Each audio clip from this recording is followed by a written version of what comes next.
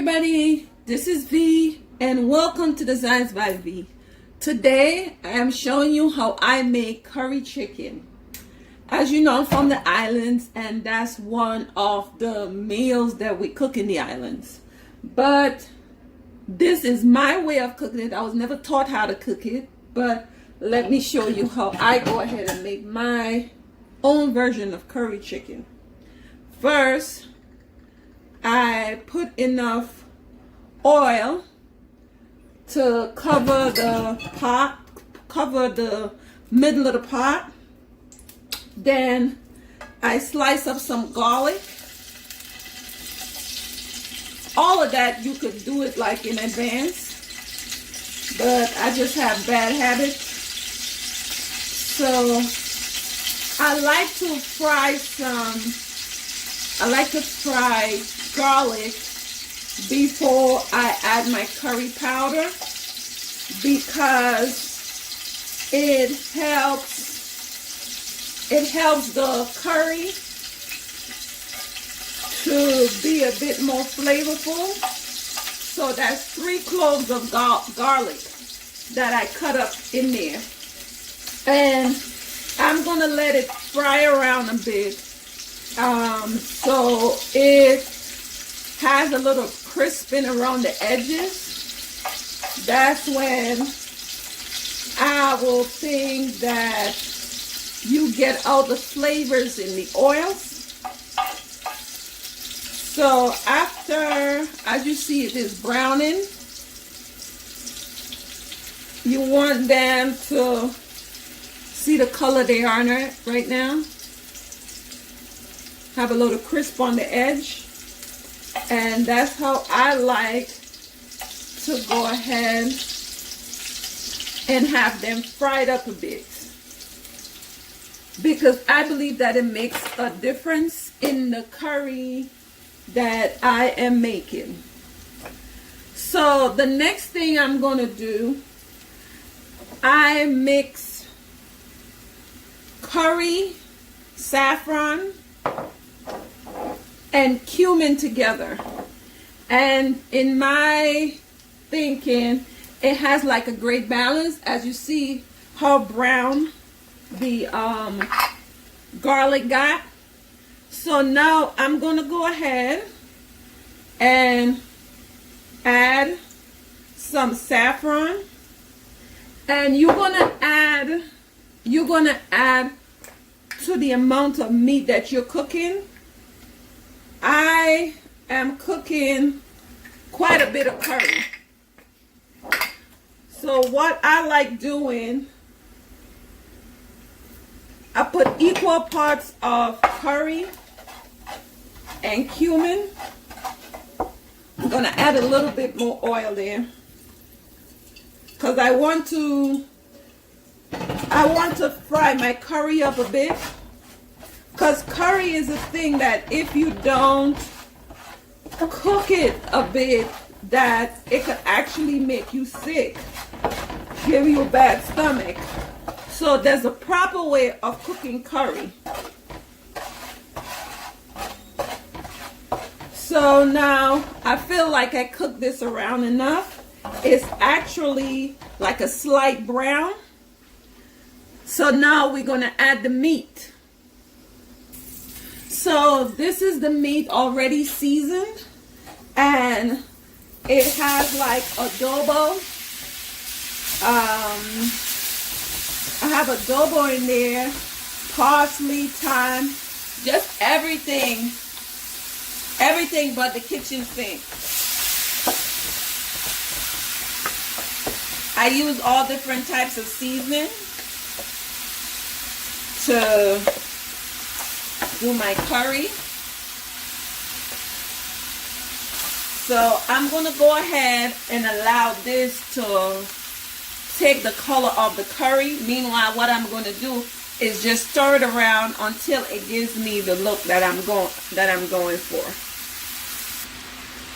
So now that the meat took the coloring of the curry, what I'm going to do now, I tossed it around in the pot until it took on all the color.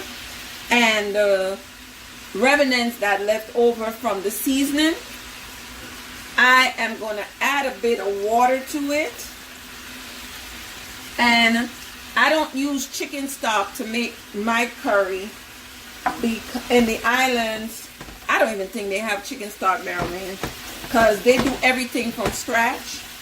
So what I'm going to do now that the meat took on the yellowing of the curry, I'm going to go ahead and add a tiny bit of water. And what I'm doing here now, I am trying to lift up any seasoning that is left in the bottom of the pot. So adding the water now would lift everything up, that it'll be help combine in making the sauce. So I'm gonna go ahead and do this, let it come up to a boil so all of the remnants could get blended into the sauce.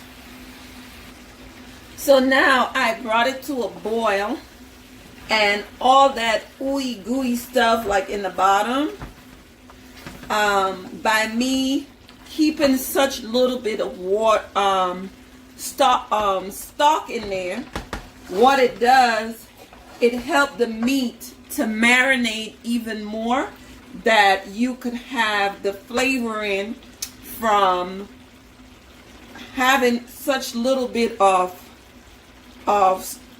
stock in here. And as I told you, I make the stock with water and just what comes off of the chicken and the curry with the 3 cloves of garlic and the seasoning that's already, that the chicken was marinating. And this has been marinated for about a day or two, but you don't have to do yours like that.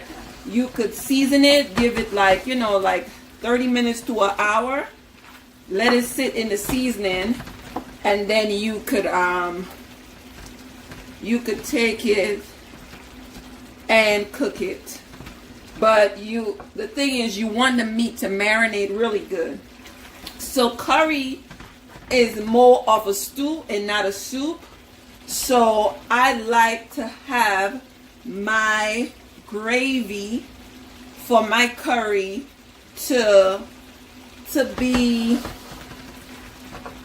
cook in, and not not having as much water as a soup has. So I'm going to go ahead, because I'm going to gradually add this amount. I just want enough to cover up the meat, so I can halfway have it al dente. So I'm going to go ahead and do this, because there's another layer that I like adding to my curry to make the sauce really creamy. So I'm going to go ahead and allow this to cook for another 15 minutes to it's like al dente, not too cooked and not too well done, and have like a small little bite to it, because I had to add more stuff in this, making my curry very creamy. So I'm going to bring this to a boil and allow it to cook for about 10-15 minutes, and then I'm going to come back.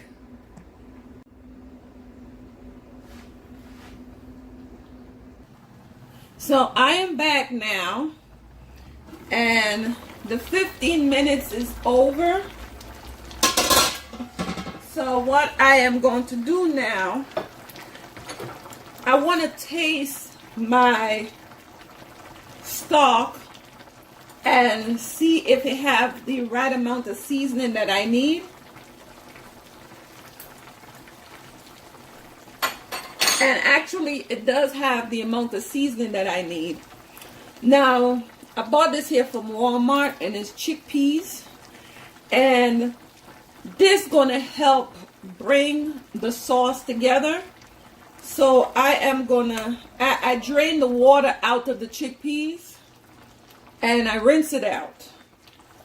So this is 2 cans of the chickpeas. So I am now going to incorporate the chickpeas to be cooked down in the sauce. Remember, I told you that I am going to leave the chickens in here, and this was drumettes. I bought a bag of it, 2 bags of it from Sam's Club. It was $20 for the, I can't remember how many ounces. But I'm going to bring this again to a boil, cooking out some of the chickpeas. It's already cooked, but I want it to be a bit more mushier. So I'm going to allow this to go ahead and cook because, you know, to bring the sauce a little bit tighter than it is. This is a bit too loose. It's a bit too loose. I like a thicker sauce when I make curry. So I'm going to let this go ahead and cook. I might put some potatoes in it. But I'm going to cover it now and bringing it to a boil, reducing some of the liquid that's in the pot. So I am back. I went ahead and peeled some potatoes, and it's regular white potatoes that I'm gonna go ahead now and put it in the pot. And what I do is just cut the potato in half and then slice it in like 3 pieces. But remember, you're going to, for how much meat or for whoever you're cooking for, the amount of people, that's how much potatoes that you're going to add to whatever you're the curry that you're making. Because I already have the chickpeas in there, I'm going to add, I think it was 4 potatoes. I had 4 or 5 potatoes. But this is how I cut it. And what the potato will do, this also will help give you a creamy sauce, because some of the potato, the starch from the potato is going to cook out in your meal inside of the pot. So this is all helping you to build your stock up. Now let me get another spoon. Now you see how loose your sauce is. Once I'm finished cooking it, it'll be much tighter than this. So I'm gonna leave this, and you see how little bit of water that I have in there, stock that I have in here. I'm gonna leave this and allow it to cook down. And when I come back, I'm gonna add a few more things to it, because I season my food at the beginning and I also season it at the end, because most of the season is already cooked up, so I want to give it like a little freshness. So I'm going to show you how I do it to the end. So it's time for me to check on the pot again, and this is what's happening. So the next layer that I am going to, the next layer that I'm going to put here is yogurt. I like using yogurt in my curry because it gives it a creamy base. And I usually buy in a big container. This is a Walmart brand. But what I do is to make, like if I buy a big one and I have like, I didn't use it up right away, I always put it in like a tray like this, so it wouldn't go bad because it has an expiration date. So I freeze it and I put them in ice trays. So for this amount, I think I am going to put 4 pieces, 4 cubes.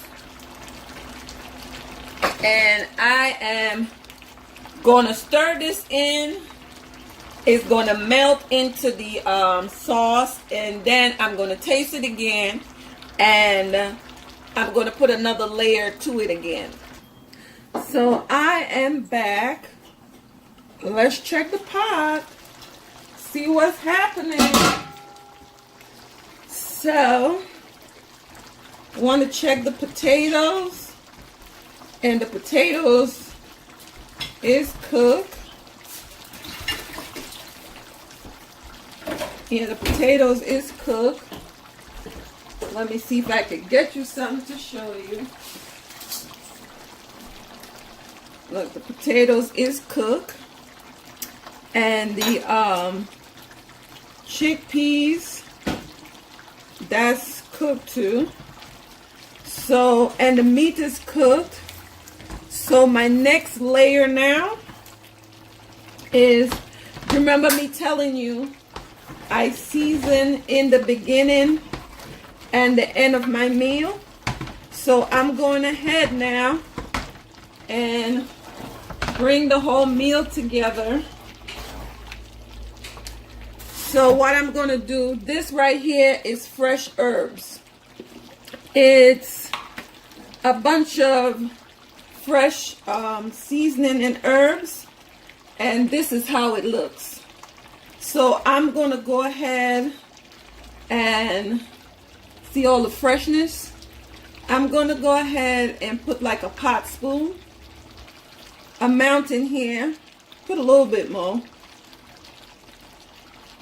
And this is fresh sofrito seasoning that I make. So I'm going to go ahead now and incorporate this into the meal. And I'm going to allow it to come to a boil, because I told you what I do in the beginning, I'm going to do in the end. And this is all cooperated now. And you see now how thick the sauce is. This is how thick the curry is now. So that is perfect the way it is. And I'm going to bring it to a boil, then come back and then show you how I will plate it. So this is the finished product. And as you see, the sauce is really thick that it coats the spoon. And I'm going to still leave it on here so it could simmer down a bit. But your potatoes are cooked. The chickpeas is cooked. And it's more like a stew. And this is how I like my curry. So I'm going to come back because I'm going to go cook rice and peas, and I'll let you see how I made my rice and peas. I'll be